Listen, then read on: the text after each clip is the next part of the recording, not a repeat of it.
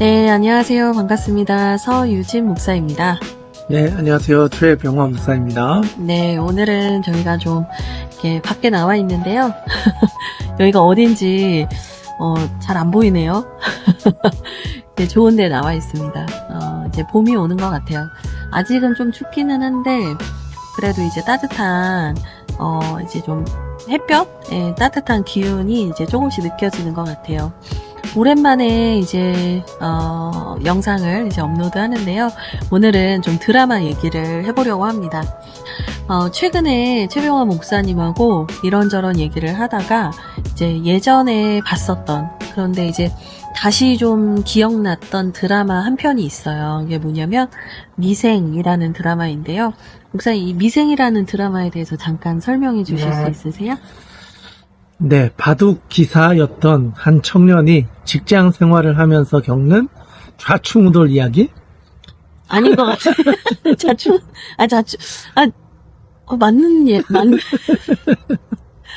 맞는 얘기인데, 이렇게 쾌할 명랑한 분위기는 아니고, 그러니까 뭔가 이렇게, 사회 초년생의 좀 이렇게 성장통이 있는 드라마예요. 그래서, 이게 스펙도 없고, 잘하는 것도 없고, 대단한 것이 없는 장그래라는 한 인물이, 자신만의 이제 바둑을 펼쳐가는, 자신만의 인생의 바둑을 펼쳐간다는 그런 얘기를 담고 있습니다.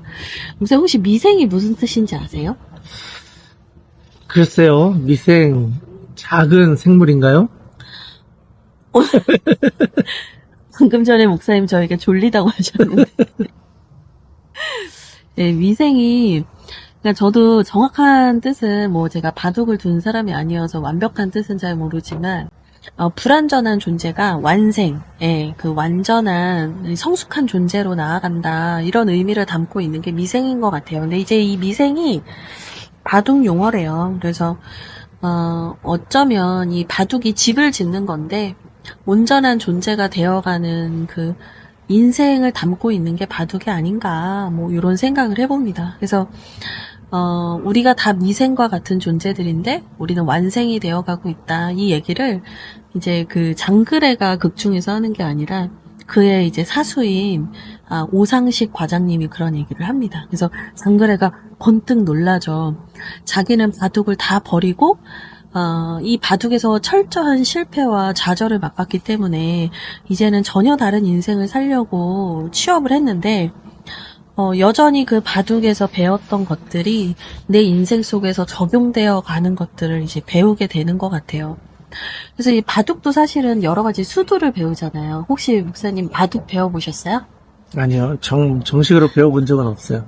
아, 알까기를 주로, 네. 네, 오늘 목사님의 컨셉은 육회, 통쾌, 상쾌. 예, 이 바둑을 배우다 보면 여러 가지 수를 배우게 되는 것 같아요. 이게 전략이라고 해야 되나요? 다충수, 이것도 사실은 바둑 용어잖아요. 그러니까 묘수, 이런 단어들 우리가 실생활에서 많이 쓰는데 다 그런 게 이제 바둑 용어인데, 그런 바둑에서 배웠던 어떤 기법들이, 전략들이 이제 이 장그래가 회사 생활을 하는 데 있어서 절묘하게 딱 맞아떨어지는 시점들이 오면서 그 바둑에 대한 용어를 설명하면서 동시에 에피소드, 세상에서의 에피소드를 이제 풀어가죠. 핵심은 그거 같아요. 누구도 내 싸움을 대신 싸워주는 사람은 없고 다 저마다 자기만의 바둑이 있고 자기만의 싸움이 있는 것 같아요. 근데 그 싸움은 끝까지 포기하지 않고 끝까지 포기하지 말고 끝까지 가다 보면 결국에는 지든 이기든 자신만의 바둑을 잃었을 때 완생이 된다라고 저는 생각을 하고 있습니다. 목사님, 미생이라는 드라마에서 혹시 생각나는 에피소드 있으세요? 글쎄요, 처음 1, 2, 3화는 너무 좀 지루한 느낌이 있어서 보다가 노잼. 네, 내가 이렇게까지 하면서 이 드라마를 봐야 되나, 약간 그런 느낌이 있어서 저는 많이 건너뛰고 중후반부터 이렇게 좀 집중해서 봤는데, 저는 고민하면서 하나하나를 선택해 가는 장그래의 어떤 안목, 통찰, 상황과 환경을 분석하되 또 그 안에서 결국 선택은 나에게 있다. 이제 그런 것들이 좀 기억에 남았던 것 같아요. 특별히 뭐 기억나는 좀 중요한 사건은 없으셨어요? 기억나는 명대사, 뭐 이런 것도 괜찮아요. 글쎄요, 뭐가 있을까? 저부터 먼저 얘기를 하면, 아, 지금처럼 이렇게 하면 제가 정직원 될 수 있나요? 그러니까 자기가 아무리 열심히 해도 자기는 계약직인데 주변 사람들은 다 정직원인 거죠. 근데 지금처럼 열심히 내가 최선을 다한다고 해도 정직원이 될 수 없는 그 현실 속에서 그러니까 약간은 반문을 해보는 느낌? 이렇게 열심히 해도 정직원이 될 수 없잖아요. 도대체 그러면 난 어떻게 해야 돼요? 약간 이런 자괴감과 자기에 대한 현실 고백? 이제 그런 것들이 그 질문 속에 담겨 있는 것 같았어. 근데 이제 그 대사가 이제 되게 철저하게 냉엄한 현실을 얘기하는 거잖아요. 근데 그 냉엄한 현실에서 이미 결과는 결정되어 있는지도 몰라요. 계약직이 정규직이 되는 일은 불가능하고,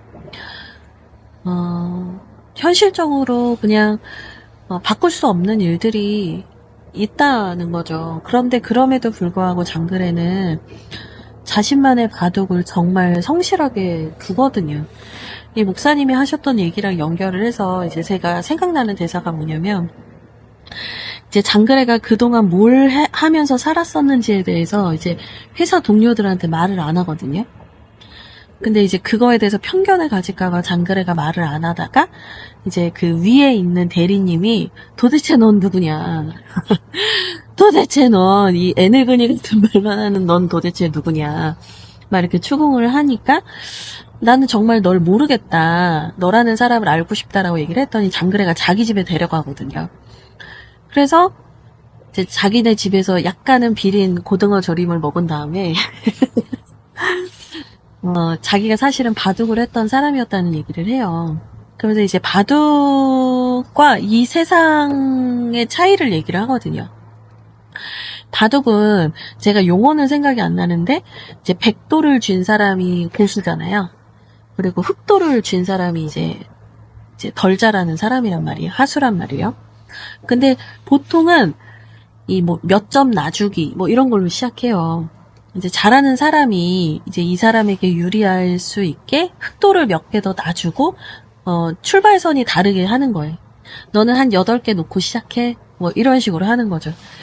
그러니까 그게 잘하는 사람, 더 먼저 출발했던 사람들이 그렇게 해주는 게 이제 바둑에서는 있는 일이라는 거예요. 근데 이제 장그래가 그런 얘기를 해요. 내가 세상에 나와서 직장 생활을 하다 보니 도리어 세상은 백도를 쥔 사람들이 먼저 몇 점을 놓고 시작을 하는 게임이라는 거예요. 오히려 흑돌이 더 뒤처진 상황에서 일을 해야 되는데 사실 아무도 가르쳐주지 않고 아무도 도와주지 않는 냉엄한 현실을 이제 분투해야 한다 이 얘기를 하거든요. 저는 이제 그런 면에서 사실 장그래가 봤던 세상은 더 냉정했던 것 같고요. 또 계약직이 정규직이 되는 거는 너무나 어려운 일처럼 보였을 것 같아요. 그리고 결론적으로도 장그래는 정규직이 되지 못하죠. 예, 스포일러네요. 안 보신 분들은 나가주셔요. 말하고 나서 이런 말 하면 안 되는 건데, 그죠? 어쨌든 장그래도 역시나 그 정규직이 되는 벽은 못 뚫어요. 예, 그 다른 사람들과의 출발선이 달랐고 여전히 그 출발선이 다르다는 것 때문에 그가 아무리 열심히 노력해도 따라잡을 수 없다. 이제 그런 선고를 받게 되거든요. 그런데도 불구하고 장그래가 자신만의 바둑을 끝까지 포기하지 않고 두었을 때, 장그래는 실패라고 말할 수 없는 또 다른 인생의 의미를 깨닫게 됩니다. 그리고 또 기억에 남았던 건 그 폴더 나누기? 폴더 정리. 폴더 정리하기? 네. 네, 그 회사가 나누는 방식이 있는데 그 방식이 아니라 장그래는 자기가 생각하는 방식으로 폴더를 다 정리했는데 근데 그 과정에서 이제 기존에 익숙했던 사람들은 왜 그렇게 하냐 회사가 만들어 놓은 대로 해야 일이 진행이 잘 된다. 그러니까 지금 나누어 놓은 건 너만 아는 거지 아무도 모른다. 너가 없으면 찾을 수 없는데 이게 무슨 잘하는 거냐라고 하면서 좀 욕을 먹는데 장거래가 가지고 있는 그런 통찰, 기존 질서에서 또는 지금까지 왔던 방식으로가 아니라 전혀 다른 방식으로 똑같은 문제를 볼 수 있는 그 눈을 가지고 있었다. 그래서 여러 가지 어려운 일들이 생겼을 때 장거래의 그런 통찰들이 또 다른 문제를 풀어가는 어떤 실마리가 되기도 하더라. 그러니까 그런 점도 좀 기억에 남았던 것 같아요. 그래서 거기에서 그런 용어를 써요. 판을 흔든다. 예, 이것도 바둑 용어 같죠? 예, 판을 흔든다. 이런 말을 쓰거든요. 그래서 새 판을 짜야 새로운 일이 시작된다. 근데 이제 그 중에서도 이제 목사님이 얘기하셨던 것 중에서도 가장 정말 파격적인 판을 흔드는 사건이 있는데 그게 뭐냐면, 비리 사건으로 인해서 묻혔던 사업 아이템이 있어요. 근데 이제 그게 비리를 걷어내고 나면 엄청난 사업이 가능한 아이템인데, 이게 그 비리로 인해서 막 잘린 사람도 있고, 막 피바람이 불고 나니까 사람들한테는 암묵적으로 이 사업에 대해서 다시 얘기하는 거는 진짜 뭐 싸우자 뭐 이런 의미인 거거든요. 근데 이제 장그래가 그 상황에서 이 비리를 걷어내면 이 사업 아이템은 오히려 우리에게 기회고 좋을 것 같습니다. 상처가 상처로 덮여지지 않도록 우리가 이것을 우리의 것으로 잘 소화해냈으면 좋겠습니다라는 얘기를 해서 회사 전체적으로 저항을 당하고요. 회사 전체의 비난을 받고요.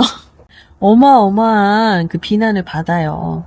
그런데도 불구하고 장그래와 그 영업 3팀이 그 사업을 계속해서 끌고 나가서 이 사업을 이루는, 그러니까 그냥 뭔가 숨기고 싶은 프로젝트였는데 그것이 그 장그래의 최대의 성과가 됩니다.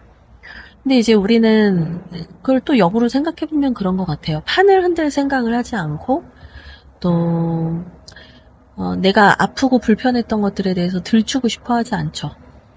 그래서 그냥 있는 그대로 순응하면서 사는 게 우리의 최선이라고 생각할 때가 많은데 사실은 새로운 발상, 역발상을 통해서 판을 흔들고 거꾸로 보기 시작하면 우리에게는 더 많은 기회들이 열린다라는 생각이 들어요.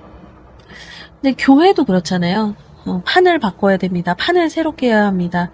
그래서 저희도 이제 개척이라는 그 험난한 길로 들어섰지만 목사님은 개척을 하면서 이 판을 새 판을 짠다는 게 어떤 것 같으세요? 가능한 일입니까? 새 판을 짠다는 게 일단 새로운 거잖아요. 없는 걸 만들어야 되는데 그러려면 많은 시행착오를 거쳐야 되는 것 같아요. 새 판을 짠다고 짰는데 보니 그게 옛날 판을 그냥 색깔만 다시 칠해놓은 경우도 있고 또 그걸 또 뒤집으려고 또 하다 보니까 전혀 다른 결과물이 나오기도 하고 계속 시행착오를 겪으면서 조금씩 가능해지는 것 같아요. 한 번에는 불가능한 것 같고 해보고 또 아니면 또 해보고 아니면 또 해보고 하면서 오히려 실패를 많이 하는 것이 오히려 새 판을 짜는 데 도움이 되지 않나 그런 생각도 좀 드는 것 같아요. 서 목사님은 어떠세요? 새 판을 짠다는 게 사실은 불가능하다. 개척 3년차에 쾅쾅 새 판을 짠다는 건 진짜 불가능하다는 생각을 되게 많이 해요. 왜냐하면 이제 장그래도 그렇지만 내가 아무리 이렇게 가면 됩니다 라고 얘기를 해도 사람들은 다 그렇게 심플하지 않아요. 단순하지 않아요. 사람들의 고정관념과 생각은 쉽게 바뀌지 않고요. 또 새로운 것을 얘기하는 사람이 쉽게 받아들여지거나 신뢰를 받지도 못해요. 어떤 면에서는 새 판을 짜는 게 거의 99% 불가능에 가까운 것 같아요. 근데 저는 제가 개척 3년차에 들어서면서 제가 바뀐 생각이 하나 있는데 그건 뭐냐면 새 판을, 그러니까 환경을 새롭게 세팅하는 거는 쉽지 않지만 내가 나 자신을 바꿀 수는 있는 것 같아요. 나 자신이라는 사람의 판은 바꿀 수 있는 것 같아요. 내가 바뀌고 나면, 때로는 새로운 판을 짜는 것이 불가능해지는 상황이 온다고 해도, 결국에는 내가 가는 걸음이 별다른 열매가 없는 것 같아도, 내가 바뀌었다는 것만으로도 새로운 세상이 열리는 것 같아요. 근데 그게 장그래뿐 아니라 제가 볼 때는 그 드라마에 등장하는 모든 사람이 다 한 번씩은 자기의 세계를 다 깨고 나오는 것 같아요. 그 신입사원 4명이 있거든요.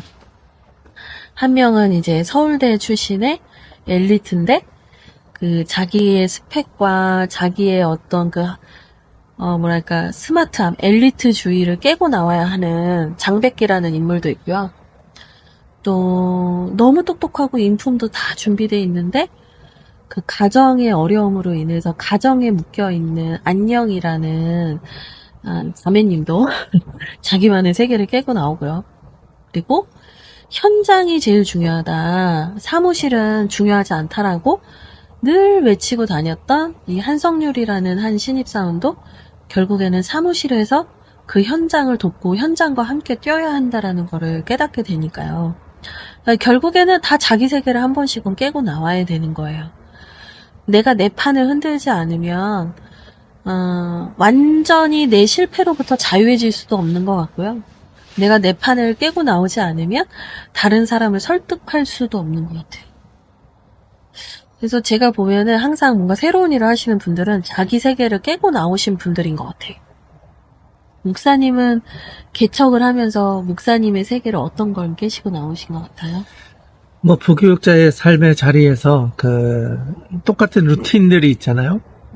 똑같은 시간에 출근해서 매일 반복되는 사역이면서도 업무와 같이 느껴지는 일들, 해내야 될 일들을 하고 그 하루하루 지나가고 또 이제 어떤 행사가 다가오면 행사를 치러내고 그러니까 이런 굴레들 그것으로부터 나오는 게 개척이었지 않나. 그러니까 제가 살아왔던 익숙한 삶의 패턴들로부터 새로운 어떻게 보면 이탈을 한 걸 수도 있고 어떻게 보면 그게 깨고 나온 걸 수도 있는 것 같아요. 그럼 목사님은 앞으로 뭘 잘하실 수 있을 것 같아요? 이 경험을 토대로 해서? 근데 깨고 나왔으니까 이제 할 수 있는 걸 다 해보는 거죠. 이것도 해보고 저것도 해보고 그러다 보면 내가 할 수 있는 판이 만들어지지 않을까.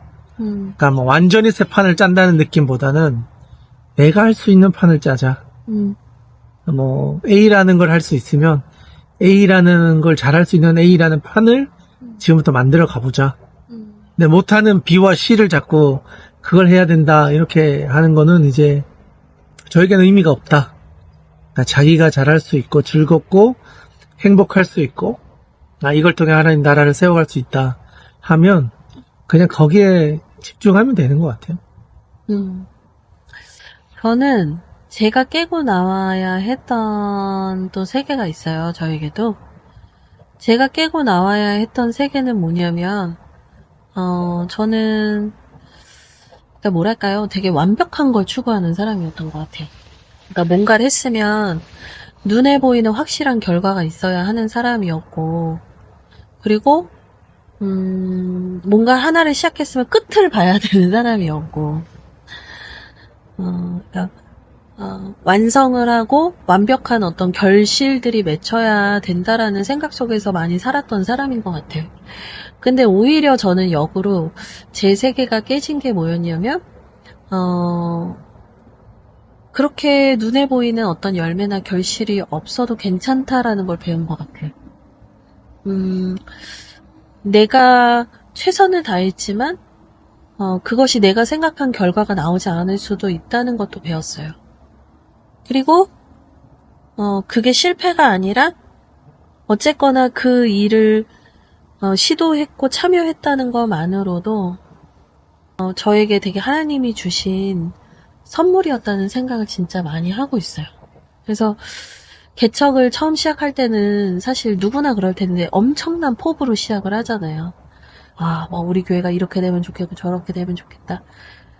이런 건물에 우리 교회가 이렇게 막 운영되면 얼마나 좋을까. 막 이런 여러 가지 이렇게 막 상상들을 한단 말이에요. 근데 오히려 저는 좀 그런 생각들을 다 내려놓게 됐어요.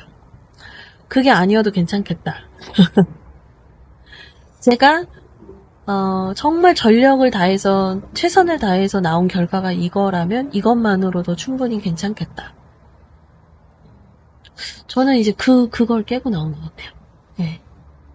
그래서 미생을 보면서 진짜 하나님께서 우리에게 원하시는 것은 성공이냐 실패냐 승리냐 실패냐 이런 게 아니라 우리의 몫을 허락하신 때까지 포기하지 않고 끝까지 완주하는 것, 그리고 그 결과에 대해서 기꺼이 받아들일 수 있게 되는 것. 예, 저는 그게 제가 개척을 하면서 배운 것 같아요. 그래서 미생을 보면서 제 생각이 참 많이 났어요.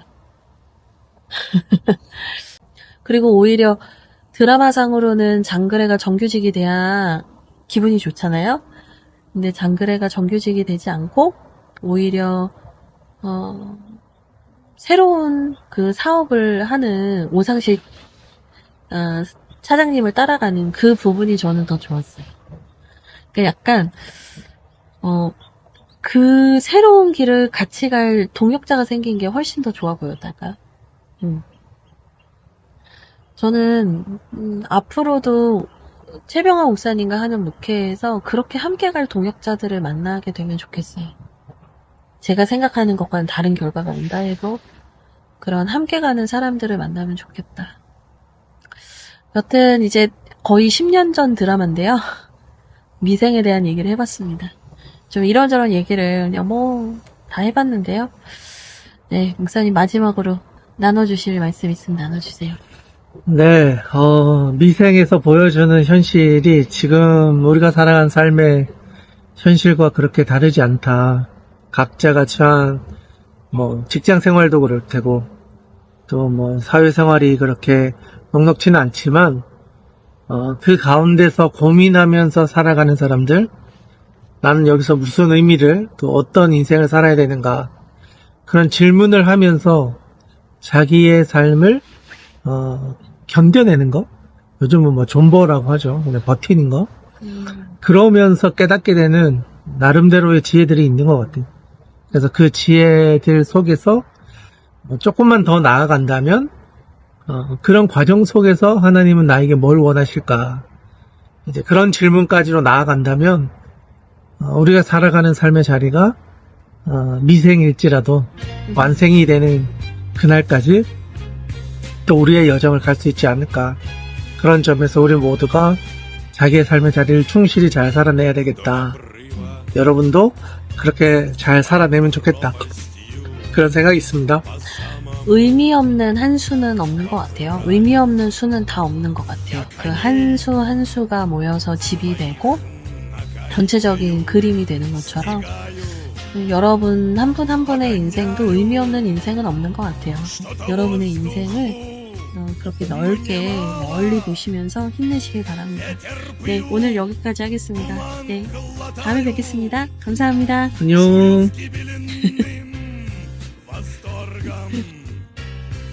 Пропадаю, пропадаю.